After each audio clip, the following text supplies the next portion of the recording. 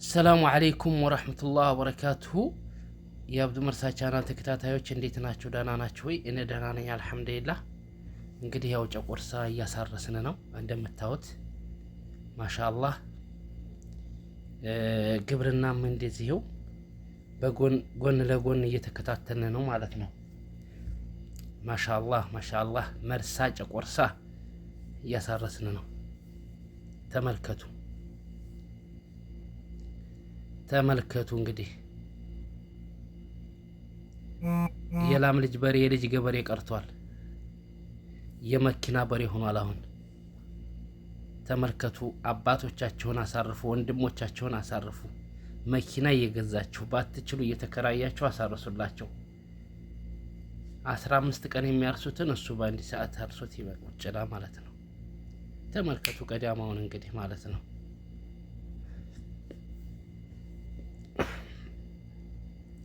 ይሄ ቁርቁራ ዛፎች ምናምን ማሻአላህ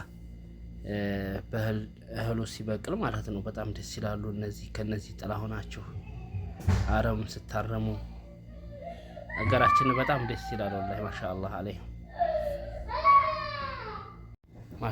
ማሻአላህ አለይሂም። ይሄን እንግዲህ የምታዩት እንግዲህ ይሄ ወደ ማዶ የሚታየው ኡረኔ ነው። ይሄ እያሳየኝ ነው ወላሂ ኡረኔው ነው። ይሄ ሆራ ይባላል። ሆራ ኡረኔ ተመልከቱ። ድሮ በኤበሎ ነበር፣ አሁን በቆርቆሮ ሆኗል። የምታስታውሱ ካላችሁ ሆራ ኡረኔ በኤበሎ ነበር የሚሰራው የሚከደነው ማለት ነው ክዳኑ። አሁን ግን ማሻአላህ ተመልከቱ እንግዲህ ይሄ ያው በበሬ ብዙ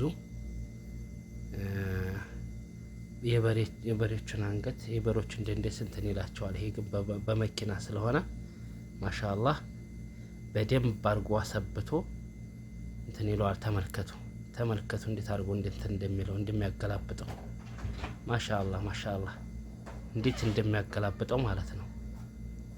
ይሄ ከዚህ የሚበቅለው እህል እንዴት እንደሚያምር እንግዲህ እንደው ራሳቸውን እንትን በሉ ማለት ነው። ውዶች ይሄን ይመስላል እንግዲህ። ማሳረስ አለባችሁ እንደነገርኳችሁ፣ ወንድሞቻችሁን አባታችሁን ማሳረፍ አለባችሁ። ቀርቷል። በሬ ገዝችለት አትበሉ። በሬ ለስጋ ሆኗል አሁን። ገባችሁ አይደል? በሬ አደልቦ ስጋውን ሆኗል አሁን።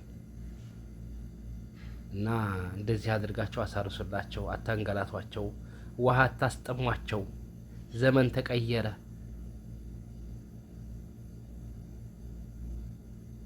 ተቀየረ። ማሻአላህ።